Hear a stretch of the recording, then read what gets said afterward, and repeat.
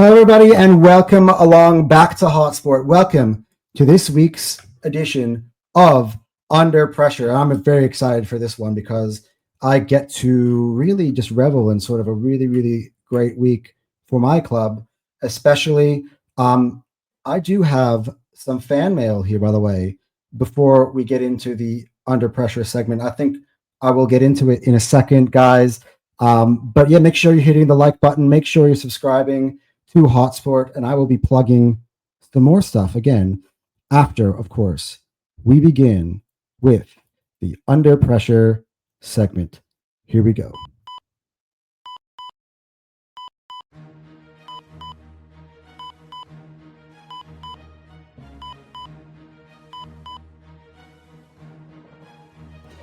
Hello, everybody, and welcome along again to the Under Pressure segment. And of course, I am joined, just like I was in my previous video, by my podcast partner himself, Mr. Cal Garner TV, in the building. Again, guys, make sure you are liking and subscribing to Cal Garner TV. His description has been in every single one of my videos. His account has been in the description of every one of my videos, even though he's not been in them, because I've been trying to plug Fire Them Cannons.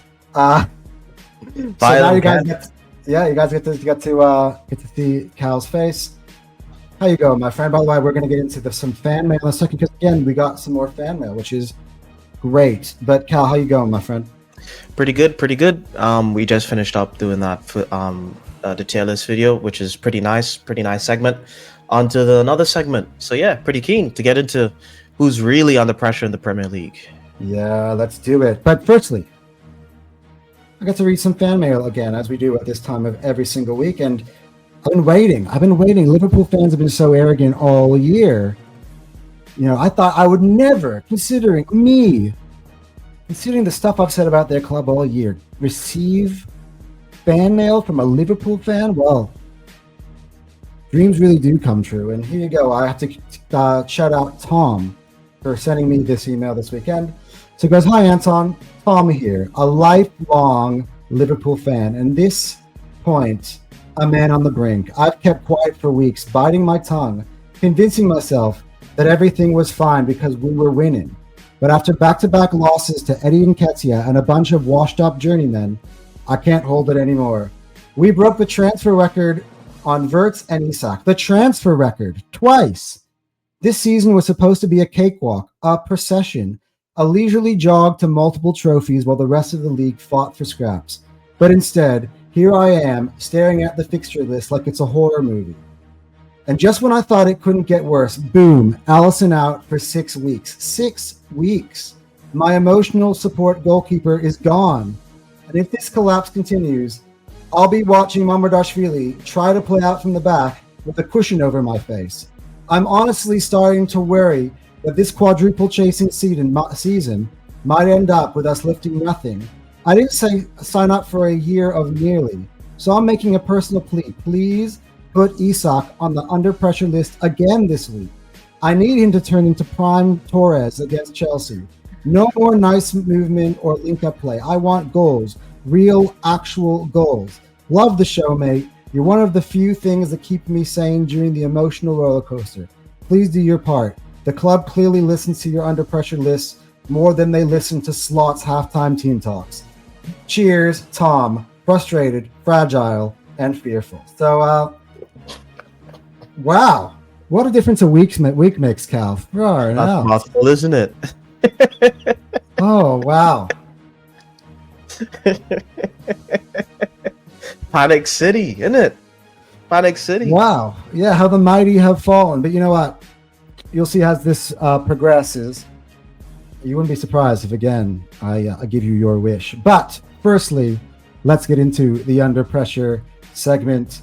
Again, once more, I'll give you a quick reminder. Please like and subscribe to Fire Them Cannons and to Cal Garner TV and to Hotsport. So let's go.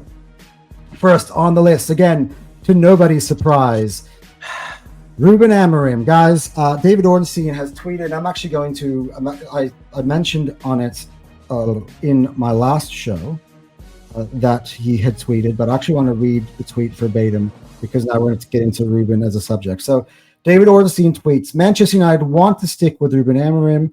The 40-year-old is not planning to walk away. Both parties know results must improve, but Man United bosses still fully support the Portuguese for now, and the squad largely back the head coach. If a change is made, Southgate is not expected to figure. So that's kind of another. I didn't even realize that he dropped that part in there. So Southgate doesn't even want to be part of this shit show. So look, Man United this season, I just gotta say, I've tried so hard. And Cal will probably mention in a second how he bought into a little bit of their hype at the start of the season, given that we thought they had a pretty good summer in terms of some of the additions that they brought in. But the results, we should just rattle them off, because again, maybe it will go backwards on it, because they started with, of course, they had I keep saying Bournemouth and Brentford. Brentford last week pumped them 3-1, right? And by the way, I said last week that I thought maybe that this would be a really good game for Man United to make a point in an early window. It happened the exact opposite. So I will take the L on that one. Not many that I have taken this year, but that one I will take. Again, the reason why I took them off the list last week, because they did the business against Chelsea. But again, slapped up by Man City. They barely beat Burnley. They needed a late penalty to beat Burnley. Then they had a draw against Fulham. They had lost to us. But again, you mix in, they've lost to Grimsby Town on penalties. Mix that one in without any Europe. Man, they are sliding down the table. I've got group chats just asking me how are we going to fix this? By the way, go beyond this season. What is the stats on Ruben in the last since he started out? It's abysmal. I think he has 9 wins in the Prem. 9 wins in the Prem in almost a year for Man United. Literally, you saw the results I just rattled off. Wins are a lot more rare than draws and losses for Man United. Yeah. What do you reckon so far? I think putting him as under pressure is 100% correct. I think I bought into the style of play that I was seeing in preseason. I had Manchester United finishing 5th this season. 5th, So yeah, very, very disappointed in him, and I don't think he's managing. I don't know what the plan was. We were talking to KJ in the group chat. Trying to figure out, why is he trying to play this Bruno as a deep lying 6? It's not Bruno's game. Why did he buy Mbeumo and Cunha and no wing backs if he wants to play this 5 at the back kind of system? He's trying to turn his center backs into DMs. It's just weird. It doesn't work. And he said that he wouldn't change his system for the Pope. I don't get it. No one gets it. And Dave did that exact same reference when he was on here last time talking about Man United. I don't get it. No one understands what the plan is. No one understands what his plan is, and he's not helping himself. And I personally don't think he has the character to get United across any lines. I don't think he has the character to get United to start running in the race, because after his comments against Grimsby Town, when he was suggesting that the players aren't playing for him, and he was kind of being a bit of a little crybaby wuss, I kind of figured out, hey, this guy isn't really. I don't think he has the mental fortitude to be United coach. I just don't think he does. I think being the coach of Manchester United is the hardest job in world football right now, and I don't think he cuts the mustard. So is he under pressure? Yes. To be honest, I think it's only a matter of time. Yeah, look, as the statement has been made now by Ornstein, I guess, which is on behalf of the club, he's been giving a chance now to sort of turn these results around, and has to do it quickly.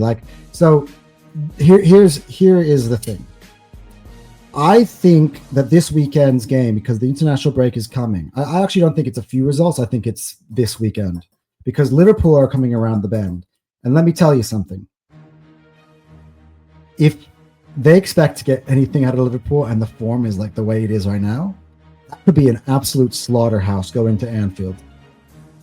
That could be absolutely the nail in the coffin, because that scoreline could get ugly. I'm as much as I've slated Liverpool all season, you got to keep it 100. That's what I'm going to say this week as well about their matchup against Chelsea. Yeah, okay, they've been playing with fire, whatever, but these other teams have been in the fire. This, like, honestly, Man United, the name is apropos, they've been in hell. Like, and Sunderland is coming to Old Trafford. They need to put Sunderland to the sword this weekend. Like, I don't think it needs to be destruction, because I think that's being disrespectful to a Sunderland team that's played very well this season. But they need to get the 3 points. Mm-hmm. And they need to put the vibes back in, because I think if the vibes are there, they can resettle themselves in the international break and then come up with some sort of like really defensive scheme to try to, frustrate Liverpool at Anfield. Mm-hmm. But the way things are going right now, they lose to Sunderland and they have to sit on that for 2 weeks, and then they go to Anfield. That Anfield game, if they don't sack Ruben before that, could be scary times, man. Like, I wish I had some Man United fans to more elaborate on this and show me the desperation. I've done it before, but I think they're sort of sick of it. Like, even Terry's on loan to Arsenal now. So yeah, I think so I don't think I definitely agree with, I think this at least for now, rightly or wrongly, Ruben Amorim is definitely under pressure. Insane pressure. Also under pressure, by the way, is my former neighbor. I actually live here in South Melbourne. The former manager of South Melbourne FC, Mr. Ange Postecoglou himself, former Australia manager. Should say that because obviously most of my audience here are from Australia, mate. And my co-host here also lives in Australia, mate. So we're all very disappointed in Ange. I mean, he's no longer the Tottenham manager, so like I have nothing against him. But bro, firstly, I don't even think this is his fault to begin with, because I think Nottingham Forest, what they did in sacking a manager who had them playing their best football in almost 50 years for political reasons, and then not just bringing a new manager, but bringing in a manager with a completely different style who was awful, finished 10 spots below them in the table last year, just because he's got friendships with the owners. Like, Ange, since, like, honestly, this is a Forest team that I have as the 9th most talented side in the league. 7th last year. They're playing in the Europa League. And he's only been there for less than a month. And their fans are already singing "Sacked in the Morning." Yeah. Like, they have yet to register victory under Ange Postecoglou. They've got one draw. The rest of them have been defeats. Bro, like, Nottingham Forest really shouldn't be under my radar enough for me to put them on this list, but Ange Postecoglou is a pretty high-profile name now in the world of football, considering how he's been at Spurs. Dude, what do you reckon? Ange under pressure, which is crazy because he's barely been in the job. Yeah. I think he's not only under pressure for it. I think he's under pressure for his career, because he's kind of on fraud watch, like massive fraud watch. He took Spurs to finish 17th. I know they won that Europa League, but let's be honest, they played the worst Manchester United side we've ever seen, ever. And they won that competition they won the game without registering a shot on target. An own goal won the game. So, yeah, and Ange has come in here and he's taken a job he should not have taken, because, like, Nuno has set up that team to be completely different to what Ange needs.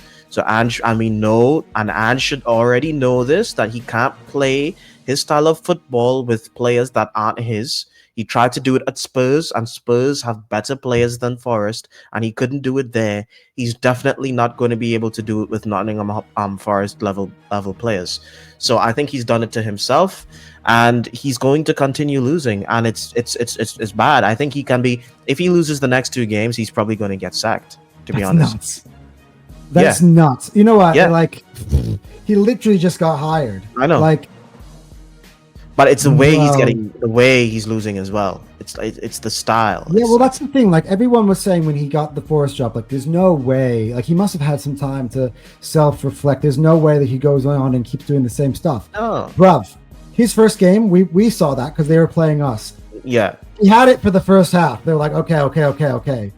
Because they were 1-0 down, they went back to his, like, at the second half, they went back to Ange ball, and right off the bat, ball over the top, Eze to Gyökeres, boom. Yep. Like, yeah, dude, your football doesn't work. How He's not going I to can change. understand if you're. I think this goes for both managers on this list, by the way. I can understand if that football has created a reputation of success in the past. It's been a formula for success. But if it's a formula for failure, why stick with it? You need to evolve as a manager. Like this Stubborn. is you're saying, by the way, like this could be the for him if he doesn't get it. I agree, because what other club in their right mind is going to look at a manager who's not evolved as a tactician at all and think this is who I want to save my football club? No fucking chance. And especially not in this league. Maybe, he can go to a lower league, maybe like Netherlands or back to Scotland or like the Portuguese league or something like that. Maybe League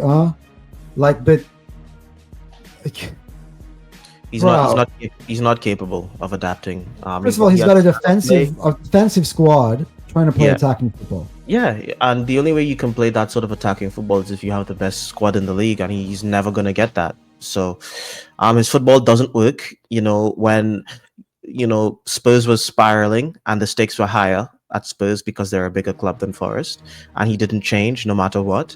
So I don't expect him to change for Forest because Forest aren't as big as Spurs, and I expect him to be sacked before Christmas. Wow, what a lovely Christmas that will be. I might end up seeing him here in Melbourne because he's probably going to come home. Be like, yeah, Andrew, how's it going, mate? Merry Christmas. He's like, not very Merry Christmas for me. I've just been sacked twice in 6 months. It's who we are, mate. Like, if you need some help, I'm going to be willing to give you some charity, considering that you're unemployed. I'm sorry, mate. You know what I mean? You might end up being back at South Melbourne FC. We'll see. Full circle, man. That would be crazy. Anyway, moving on. By the way, before we move on, things aren't easier for Nottingham Forest. I mentioned in my last video, they got a very desperate Newcastle team who needs to win this weekend against them. What time is that game? Is it the same time as us? I think, is it the same time as us? Let me revisit. I hope not, because I actually want to watch that game. Revisiting the fixtures. I think it might be. It is on. No, it's on. It's Monday morning at midnight, Sunday night at midnight. Okay. Yeah, they're going to be 4 games that weekend. So I think that's definitely the standout one, and in that fixture. So yeah, I think I might be awake for that as well, a little bit after my brother's, not to be looking at my personal life, after my brother's engagement party. Anyway, moving on. My favorite part of the segment. Little Uzi Wirtz. I got Uzi Wirtz in there, and I've had him here once before. But I've actually been nice, and just because, to be honest, I have a bit of a soft spot for this player, because I do like Bayer Leverkusen, where he used to come from, but he's not playing for Bayer Leverkusen anymore. And I think, again, finally, the pressure is building on him. Like, I wasn't gonna have him on this list probably at the start of the weekend, but then again, like, he wasn't poor necessarily in their Champions League games, but he had it's not necessarily about his individual performance. It's about the fact that they've paid so much for him. So at one point this summer, he was the British transfer record. So with him and the other name that I think is no surprise to you that will be coming up here, they're both the British transfer record breakers, and that brings a lot of expectation. I remember when Declan Rice was that, but Declan Rice lived up to it. He came on and he was near player of the season. That's what £100+ million could be buying you. And I'm sure maybe I'm stealing what Cal's about to say from his mouth, but they lost Trent in the summer. They brought him to be the creative hub of the team. They've changed what they were doing with number 10s. They had a Szoboszlai who, as well, was a very, very good defender who was good at leading the press. And they've almost thrown out a championship-winning formula to accommodate Florian Wirtz, and he hasn't delivered in it. Like, there comes pressure once more. We'll say it one more time for him, with being a British record transfer, and he was meant to be, again, wrecking the league, as Tom said. They're supposed to be cakewalking the league, and at the moment they are far from doing that. I don't think, by the way, I think putting them under pressure, both of these, and they got Chelsea. I think it's a good formula for both of them to come off the list. And I know I'll bring the other one up in a second. You know who it is. But give me a second here, Cal, your thoughts on Florian Wirtz. I think Florian Wirtz has been bang average. I think he's playing like a 40 to 50 million dollar signing, but like I think, you know, him not registering any GA is a problem because he is supposed to be the talisman of the team. He's not a DM. You know, he's an attacking midfielder, and he should be doing more. And the thing is, as a creative player, he should be creating way much more clear cut chances, and he should be imposing his will and himself on the team. You know what I'm saying? And right now they're not doing that right now. And I'm sorry, this is just the way it is. No player that comes in at his price ever gets any sort of grace period, and he had a full preseason. He was one of the first players that Liverpool actually got, and he's still not embedded. And it doesn't like I don't understand why he is the way he is. You know, I don't know if it's he can't handle the physicality. You know, people are saying, is he going to be the next Kai Havertz? You know, come in from the Bundesliga, the next big thing, and it doesn't work out for whatever reason. So, he's definitely under pressure to start performing, because if he doesn't perform, the team's not going to perform well, because as we all know, Salah did a carry job for Liverpool last season. He had one of the best single seasons a player can have in the Premier League ever, and I think that goes under the radar. And I don't think Salah at his age is going to ever replicate that sort of season again. And for the others need to start performing, you know. And it's not going to be Jeremy Frimpong, you know. It used to be, so it has to be Jeremy Frimpong's not going to be creating for you. So you need to step up and start doing something with that football. By the way, shout out to a third German that wasn't mentioned in your thing, because I know he gets a bad rap. But Mesut Ozil, as a German who was brought in for a lot of money at the time, this is 2012, 42.5 million pounds, which is like a third of what Wirtz was bought for. He scored, and he actually assisted a goal in his first 5 minutes of play. He hit Olivier Giroud, and he won multiple FA Cups in his time. Like I have less patience for creative players, because they're supposed to be the talisman of the team. You don't need to I'm sorry, but you shouldn't be mishitting passes, and you should be like, it's not like a goal scorer, you know, where goal scorers, I feel like sometimes you do need a little bit more of adjustment period to get that ball striking and that decision making a little bit better. But as a creative player, decision making is literally your main job. That is the only thing you should be good at, and that's the only thing that you should be doing. And if you're not doing that, if you're, you know, tripping over yourself, not being able to make proper passes, that's kind of on you. Because the thing is, and no one wants to admit this, Ekitike came in from that German league, and he's come in and he's played well.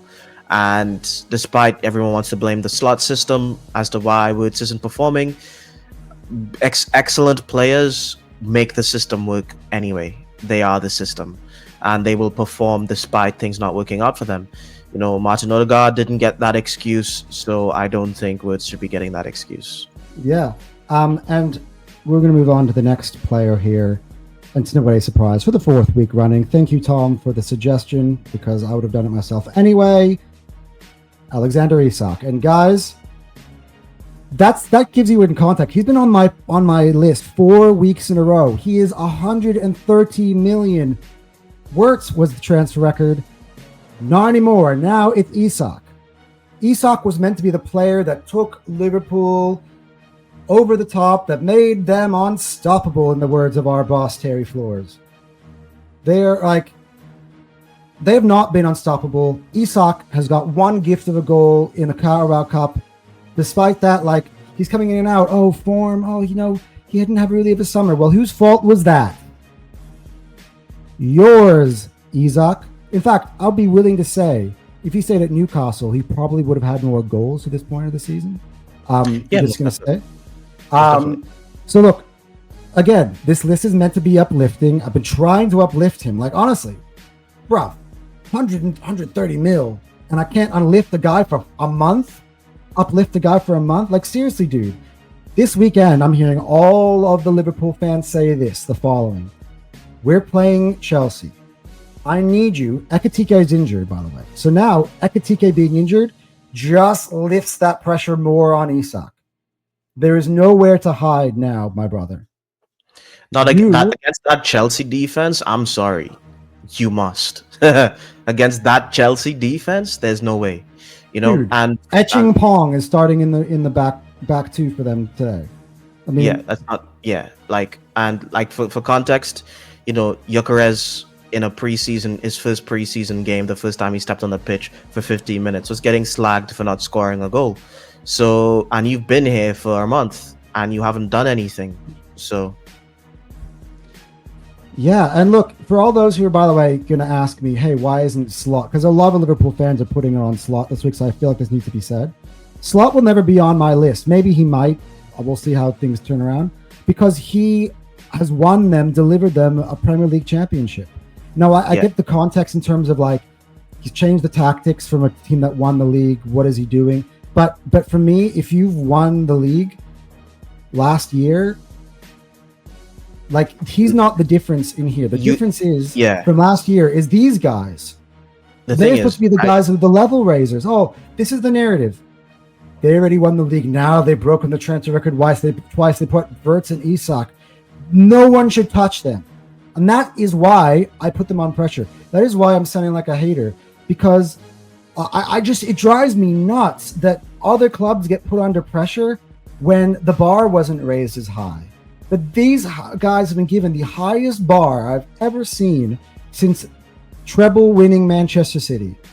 And they at least met the bar. These guys, like, they're below the bar. Like, I know, like, the results, whatever, but the performances, they haven't had a good performance this season yet. So, like, guys, they're going to be under pressure in, like, at least ISAK. I mean, we'll see. maybe I might just stick both of these two again. Yeah, I don't think Slot should be on here because I don't think 6 games into a new season you put your manager under pressure after winning the Prem. I think that's ludicrous. I think these players need to start stepping up themselves as well. I mean, maybe the system doesn't suit them correctly, but you don't spend 130 million on a player that can only play in a very specific system. Same thing with Florian Wirtz. You don't spend 110 or 15 million on a player that will put together stinkers unless the system is completely suited to play him. Those are luxury players, and I don't think Liverpool spent close to 300 million pounds on luxury. I think they spent them with the expectation that they transform their team. 250 on two players. These two players combined. Yeah. They were supposed to be level raisers. At the moment, they're underperforming from where they were last season, a year ago. So, moving on now, guys, we are going to talk about the teams that are now under pressure. And, of course, Cal's going to love this one. By the way, this is their second straight week on this list because they have been that bad. It is Chelsea Football Club. As mentioned, they will be playing against the team that is now situated to their right of them, against Liverpool. Man, 10 men, 3 games in a row now. They have a player sent off. They lost to Man United. That Man United team that we're talking about have been so pitiful. They couldn't beat them. They were 1-0 up against Brighton, got a man sent off, and absolutely got choked that away. And then, yes, they might have won in the Champions League, but again, down to 10 men again. Like, Jose Mourinho had that Benfica team set up to be stubborn. And Chelsea, for a team that has invested so much in their attack, year after year after year after year, I get it. They got some players missing. They got their key man, Palmer, missing. Liam Delap is missing. Like, I get that. But this team spent billions of pounds. This team has got the most arrogant, deluded fan base I've seen in my life. Talking to me about being world champions and wanting to be like, oh, we'll finish above Arsenal. We've got better players than Arsenal, blah, blah, blah. How many trophies have you won? Well, guys, fix up. And you got it's hard to fix up now because the defending champions, like a real legitimate defending champion is coming to town. As much as I've just slated them again, I got to keep it 100. Their problems are not all equal. We're just saying, Aching Pong and Jarell Hato in defense against the 130 million pound striker, against Mohamed Salah, against Florian Wirtz, against Cody Gakpo. Bro. Yeah, for me personally, yeah, if they don't start winning soon, I think they could end up losing a bit of confidence and start losing games that they really, really, really shouldn't be losing. Because let's face it, their squad is very young. I think they have the youngest squad in the league, and they keep having the youngest squad in the league because they keep selling the players that they've built up and then getting new players to come in to do the same jobs. And it, like, if they keep having this conveyor belt where they're giving players experience in the team and then selling them and bringing in someone with no experience. And yeah, and they have an inexperienced coach as well. And let's face it, everyone was saying they might be in the title race, the dark horses to win the title. This could be their year. You know, you never know what's going to happen. And especially after winning that Club World Cup, and it just hasn't panned out the way that, you know, a lot of the Chelsea fans thought it would pan out. You know, me personally, I never thought that they would be in a title race. I thought it was ludicrous. But, you know, a lot of people disagreed with me and they thought they were going to do something this season. And it seems like they're not. And the thing is, what really makes them really under pressure for me is their fixture list. I thought they would be hanging around until maybe December, January, and then they'd fall off. But I didn't expect the fall off to be this swift, abrupt at the start of the season because of their fixtures. And to be honest, when you look at the teams that they've faced, they really should have picked up more points. They really should not be losing to Manchester United. They should not be losing to Brighton.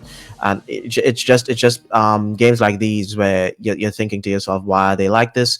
No one's expecting them to get as many red cards as they did. That's a discipline problem. And it's not really an excuse because no one else has afforded that excuse. So they really need to go out there and start picking up some results, picking up some wins, because this can't continue.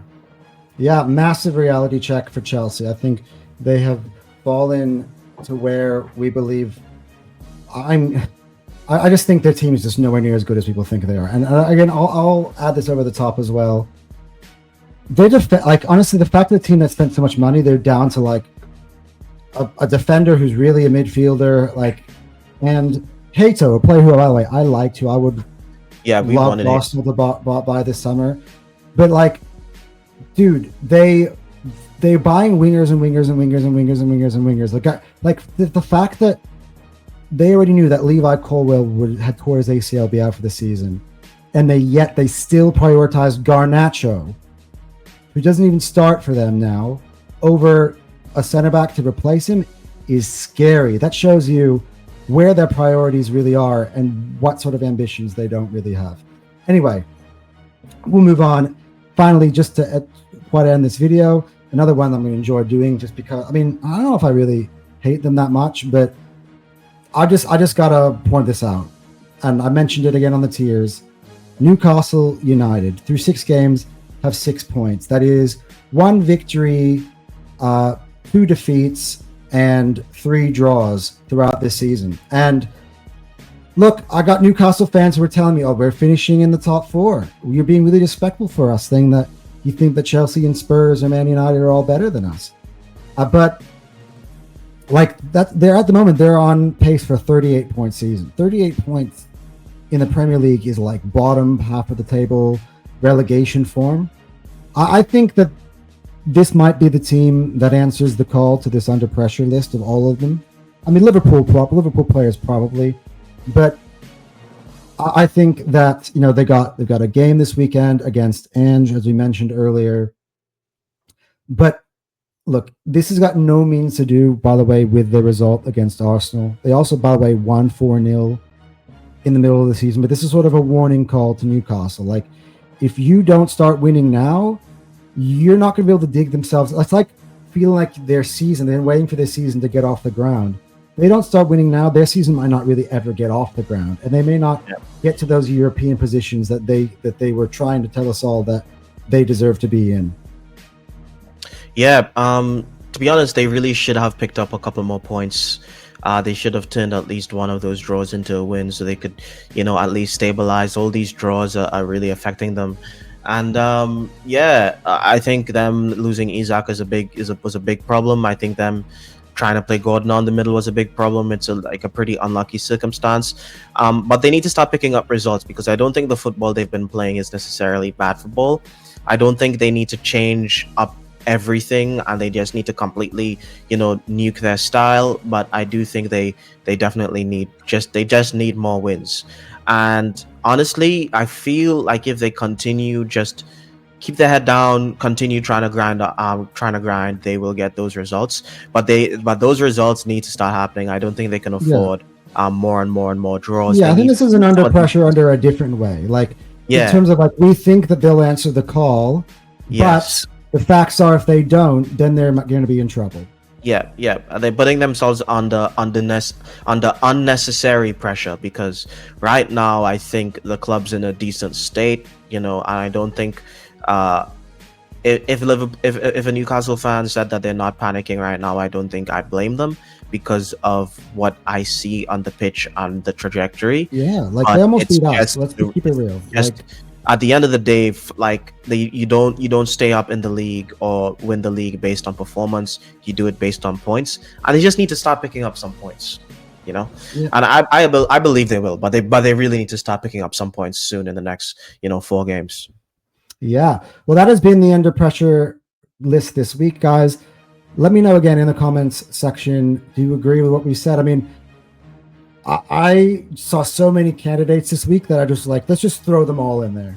Like, so this was the biggest Under Pressure list I've had so far. Usually it's only 3. This time I've put 6, so doubled up. So guys, Amarim, do you guys agree? Would you have any other managers? Again, you guys, as I've clarified already on this video, I don't really double up. So like, you could argue Maresca is a bit under pressure. You could argue that Slot is a bit under pressure, but they all sort of just like overall. And as I said, a week ago, I put Arteta as the manager under pressure, and we've had an amazing week. So things can change in football really quickly. That's the idea of this list. It's to uplift. And the magic of the list. Sometimes I put them on the list, and the next week they're far off it. So let's see how it goes. Once again, thank you so much for watching this video.